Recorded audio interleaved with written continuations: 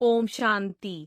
यह जो इस समय मनुष्य का जीवन है, इनको अमूल्य कहा जाता है। बच्चे भी समझते हैं और बाप भी समझाते हैं कि यह तुम्हारा अंतिम मनुष्य का जन्म है, यह बहुत वैल्यूबल है। इनका मूल्य कोई कर नहीं सकता। वैसे यह टाइम भी बहुत वैल्यूबल है। तुम बच्चे जानते हो, अब कौड़ी से हीरे जैसा व बेगर से प्रिंस, इंसॉल्वेंट से 100% सॉल्वेंट बन रहे हैं। यह तुम्हारा मनुष्य तन बहुत वैल्यूबल है, जबकि बाप के बच्चे बने हो, और मनुष्यों का वैल्यूबल नहीं है। तुम बच्चों को इस समय अपना श्वास व्यर्थ नहीं गंवाना चाहिए। कैसे सफल करना चाहिए सो तो बाप समझाते हैं। श्वासोश्वास याद करो बाप को। मनुष्य भक्ति मार्ग में तो अनेक प्रकार के सिमरण करते हैं। वह है अनेकों की व्यभिचारी याद। तुम बच्चे के सिवाय और किसी को याद नहीं करते हो। समझते हो हमारा श्वास व्यर्थ न जाए। श्वासोश्वास कोशिश कर बाबा को याद करना है। ऐसे डायरेक्शन मिलते हैं। इसमें कोई जापादी नहीं करना है। हमारा स्वधर्म ही है आवाज से परे रहना। इस शरीर द्वारा हम पाठ बजाते हैं। आत्मा असुल शांति धाम की रहने वाली है। यह भी हमारे सिवाय कोई कह न सके कि हम असुल शांति धाम के रहने वाले हैं। कोई पूछे तुम कहाँ के रहने वाले हो तो तुम कहेंगे हम आत्मा तो शांति धाम की रहने वाली हैं। बाकी यहाँ के लिए पूछते हो तो यहाँ हम फलानी जगह रहने वाले हैं। शांति धाम से यहाँ आकर शरीर लेकर पाठ बजाना ही है। अभी यह है स्मृत्युलोक का अंतिम जन्म। इसमें श्वास व्यर्थ नहीं गंवाना चाहिए। वो लोग बहुत फास्ट व्रत रखते हैं। उनको कहना है क्यों तुम टाइम वेस्ट करते हो, इससे ऊंचे ते ऊंचे बाप को याद करो। यह भी तुम जैसे जीवघात करते हो। आत्मघात नहीं कहेंगे, क्योंकि आत्मा का घात कभी नहीं होता। कहा जाता है जीवघाती, महापापी। इस समय अपने शरीर को तकलीफ देना, यह भी तो महापाप है। तुम कह सकते हो कि इस समय तुम महान पुण्य आत्मा बन सकते हो इस पुरुषार्थ से। उन्हों को तो यह पता नहीं है कि बाप यहाँ आया हुआ है। यह बाप दादा है ना। शिव बाबा ब्रह्मा दादा। प्रजापिता ब्रह्मा तो मशहूर है, वह तो कह सकते हैं ना कि क्यों ऐसे वैल्यूबल शरीर का घात करते हो। इससे तो मन मना भव। बाप को याद करो तो जीवन मुक्ति मिलेगी, अथवा कोई द्वारा मैसेज भी भेज सकते हो। देहली वाले बच्चे भी भेज सकते हैं कि इस समय यह दुनिया बदल रही है। इस पुरुषार्थ से तुमको जीवन मुक्ति मिल सकती है। देखते हो सामने महाभारत लड़ाई भी है, इसलिए बच्चों को एक भी श्वास वेस्ट नहीं करना चाहिए। सारा कल्प सीढ़ी नीचे उतरते उतरते एकदम तमो प्रधान बन गए हैं। अब फिर सत्तो प्रधान बनना है। इसमें मेहनत लगती है। मासी का घर नहीं है। जनक को 1 सेकेंड में जीवन मुक्ति कैसे मिली, वह भी तुम जानते हो और लिख सकते हो। जीवन मुक्ति 1 सेकेंड में बिना कौड़ी खर्चा मिल सकती है। यह मृत्युलोक का लास्ट जन्म है। अमरलोक में है जीवन मुक्ति, मृत्युलोक में है जीवन बंध। यह भागवत में भी गाया हुआ है। यह भी एक कहानी बना दी है कि जनक को ज्ञान देने वाला कोई मिल न सका।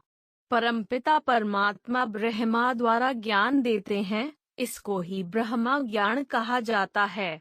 ब्रह्मा को भी जरूर किसी ने दिया होगा ना।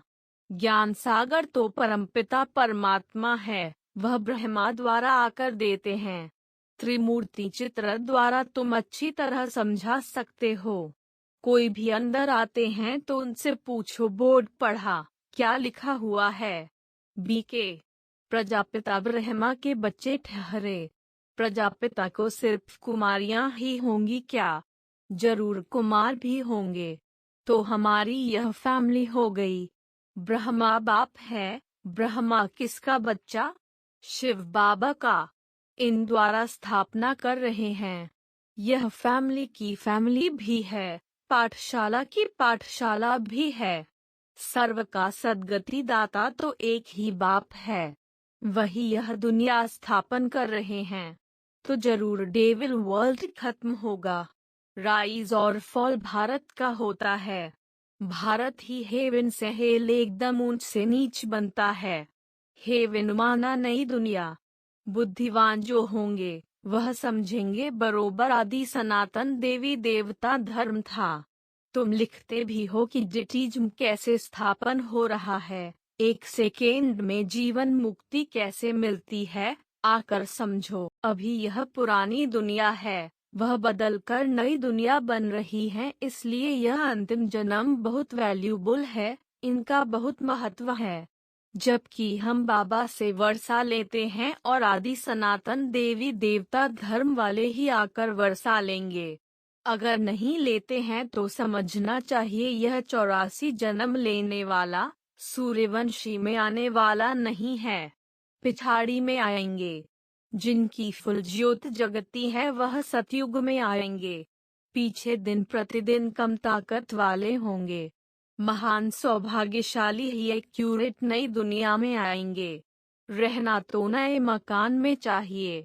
10-12 वर्ष के बाद जाकर रहे, ऐसा कच्चा पुरुषार्थ क्यों करना चाहिए। मम्मा बाबा नई दुनिया में महाराजा महारानी बनते हैं तो हम भी क्यों न बने। सर्विस को बढ़ाएं। बच्चों का यह ख्याल चलना चाहिए। बाप कहते हैं, मैं तुमको आज बहुत गुह्य बातें सुनाता हूँ। बाप को जान लिया तो जीवन मुक्ति का हकदार तो बन ही जाएंगे। ज्ञान का विनाश तो होता नहीं।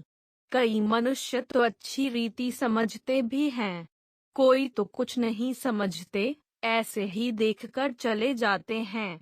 कोई कहकर भी जाते हैं हम जरूर आएंगे, परंतु माया फिर भुला देती है। माया बिल्ली कम नहीं है। गुलबकावली का एक खेल भी दिखाते हैं। यह भी मिसाल तुम्हारे लिए है। बाप ही समझाते हैं, यहाँ तुम आए हो माया पर जीत पहन जगत जीत बनने। इस पर कहानी बनी हुई है। तुम योग बल में रहते हो माया पर जीत पाने लिए, परंतु माया बिल्ली पासा फिरा देती है। गुलबकावली, अल्लाह अवलदीन, यह इस समय की बातें हैं। अल्लाह ही अवलदीन देवता धर्म की स्थापना करते हैं। हाथमताई का खेल भी इस समय का है। बाप को न याद करने से माया आ जाती है।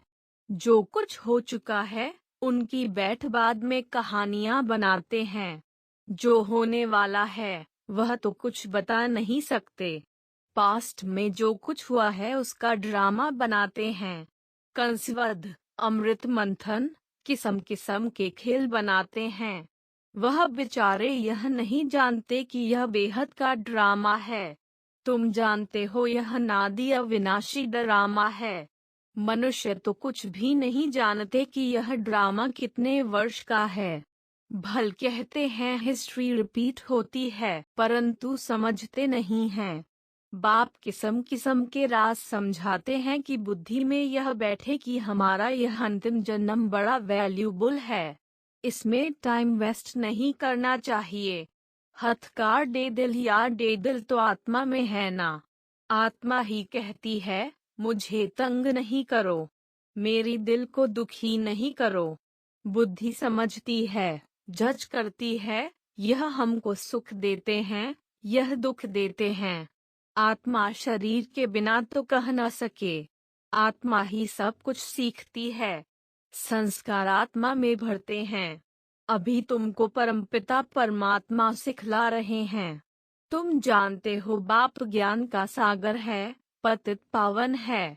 वह भारत के लिए सौगात ले आते हैं वैकुंठ की, इसलिए गाया हुआ है सर्व के सद्गति दाता। उनका बर्थ प्लेस भारत है। सोमनाथ का मंदिर भी यहाँ ही है। शिव बाबा आया था तब तो उनका यादगार मंदिर बनाया है। वह कब आए, क्या करके गए, यह नहीं जानते। लक्ष्मी नारायण थे, फिर कहाँ गए वह थोड़े ही समझते हैं कि वह इस पतित दुनिया में हैं। सतो प्रधान थे, फिर चक्र लगाकर तमो प्रधान बने हैं।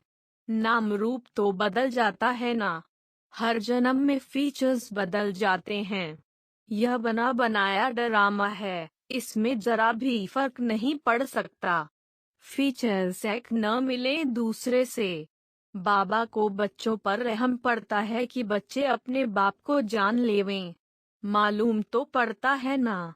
बीके वृद्धि को पाते रहेंगे, एक दिन यह भी आएगा जो फेरा पहनते रहेंगे। तुम्हारी प्रदर्शनी में सब आएंगे। दिन प्रतिदिन नाम वाला होता जाता है। बाबा ओपिनियन की भी किताब छपाते हैं, वह भी काम में आएगी। बहुतों को भेज देनी पड़ेगी। बच्चे जो सर्विसेबल हैं, उनको सारा दिन ख्यालात रखने पड़ते हैं। वह झट कहेंगे भल बीके आकर मिल सकती हैं। भूख हड़ताल रखते हैं तो 10-12 दिन के बाद कमजोर हो जाते हैं, फिर इतनी बात नहीं कर सकते।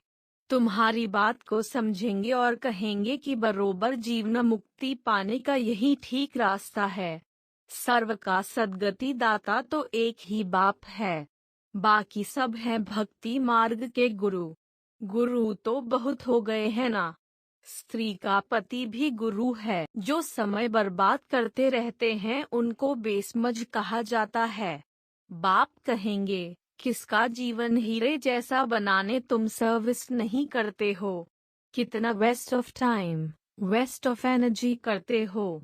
कुछ भी समझते नहीं, इसलिए पत्थर बुद्धि कहा जाता है। इसमें सारी योग की बात है। बाप को याद करो और वर्षा ले लो। यह अर्थ कभी कोई समझ न सके। वह तो ब्रह्म को याद करते हैं। बाप कहते हैं मुझे याद करो तो विकर्म विनाश होंगे। ब्रह्म कोई पतित पावन है क्या? पतित पावन तो परमपिता परमात्मा है। ब्रह्म कैसे हो सकता? बेचारे बहुत भूले हुए हैं। बाप बच्चों को फिर भी कहते हैं बच्चे टाइम वेस्ट नहीं करो, बाबा को याद करो। बाबा जानते हैं कई बच्चे दिन रात बहुत टाइम वेस्ट करते हैं, सारा दिन कुछ भी पुरुषार्थ नहीं करते हैं। बाबा अपना मिसाल भी बताते हैं। भोजन पर बैठते हैं तो भी बाबा को याद करते हैं। हम दोनों इकट्ठे खाते हैं। शरीर में दो आत्माएं हैं ना। याद करते करते फिर भूल जाता हूँ और ख्यालात आ जाते हैं। इनके ऊपर जवाबदारी बहुत है। बहुत ही ख्यालात आते हैं, इसलिए बाबा कहते हैं तुम जास्ती याद में रह सकते हो, इनको तो मेहनत करनी पड़ती है। हमेशा समझो, शिव बाबा समझाते हैं। उनको याद करो। ब्रह्मा को याद करने से शिव बाबा भूल जाएगा। बच्चों को पहले तो अपना ही कल्याण करना है, फिर दूसरे का। कई तो ऐसे हैं दूसरों का कल्याण करते रहते हैं, अपना करते नहीं हैं। औरों को आप समान बनाते खुद फिर गुम हो जाते हैं। वंडर है ना। यह भी तुम समझते हो। तुम अनुभव भी सुनाते हो और कोई सत्संग आदि में थोड़े ही समझाते हैं। यहाँ भी नंबरवार धारणा होती है। यह नॉलेज बुद्धि में धारण की जाती है। गाते हैं भर दो झोली। यह नॉलेज तो बुद्धि में भरी जाएगी वा झोली में। पार्स बुद्धि और पत्थर बुद्धि गाया जाता है। तुम्हारा यह जीवन बहुत अमूल्य है। इसमें पुरुषार्थ की बहुत जरूरत है। गृहस्थ व्यवहार में रहकर सब कुछ करना है। सरकमस्टांश देखे जाते हैं। भल कुमार है, देखा जाता है सर्विस अच्छी कर सकते हैं तो छुड़ा भी लेते हैं। हर एक का सरकमस्टांश देखकर फिर राय दी जाती है। सर्जन नब्ज देखने बिना राय दे न सकें। यह है अविनाशी सर्जन। आत्मा को मनमनाभव का इंजेक्शन लगाते हैं। इनका यह एक ही इंजेक्शन है जो 21 जन्म के लिए एवं हेल्दी बना देते हैं। प्रजापिता ब्रह्मा के कितने ढेर बच्चे हैं, कितना बड़ा गृहस्थी है। यह है बेहद का गृहस्थ व्यवहार। यह शिव बाबा का रथ है ना, तो कितनी आमदनी होती है। बाप कहते हैं मैं इस रथ में बैठ नॉलेज देता हूँ, नहीं तो कैसे दूंगा। कृष्ण तो होता ही है सतयुग आदि में। वही आत्मा सावरी बनी है, तो इनके बहुत जन्मों के अंत में प्रवेश करता हूँ, इसलिए भाग्यशाली रथ गाया हुआ है। अच्छा, मीठे मीठे से खिलते बच्चों प्रति माता पिता बाप दादा का याद प्यार और गुड मॉर्निंग। रूहानी बाप की रूहानी बच्चों को नमस्ते।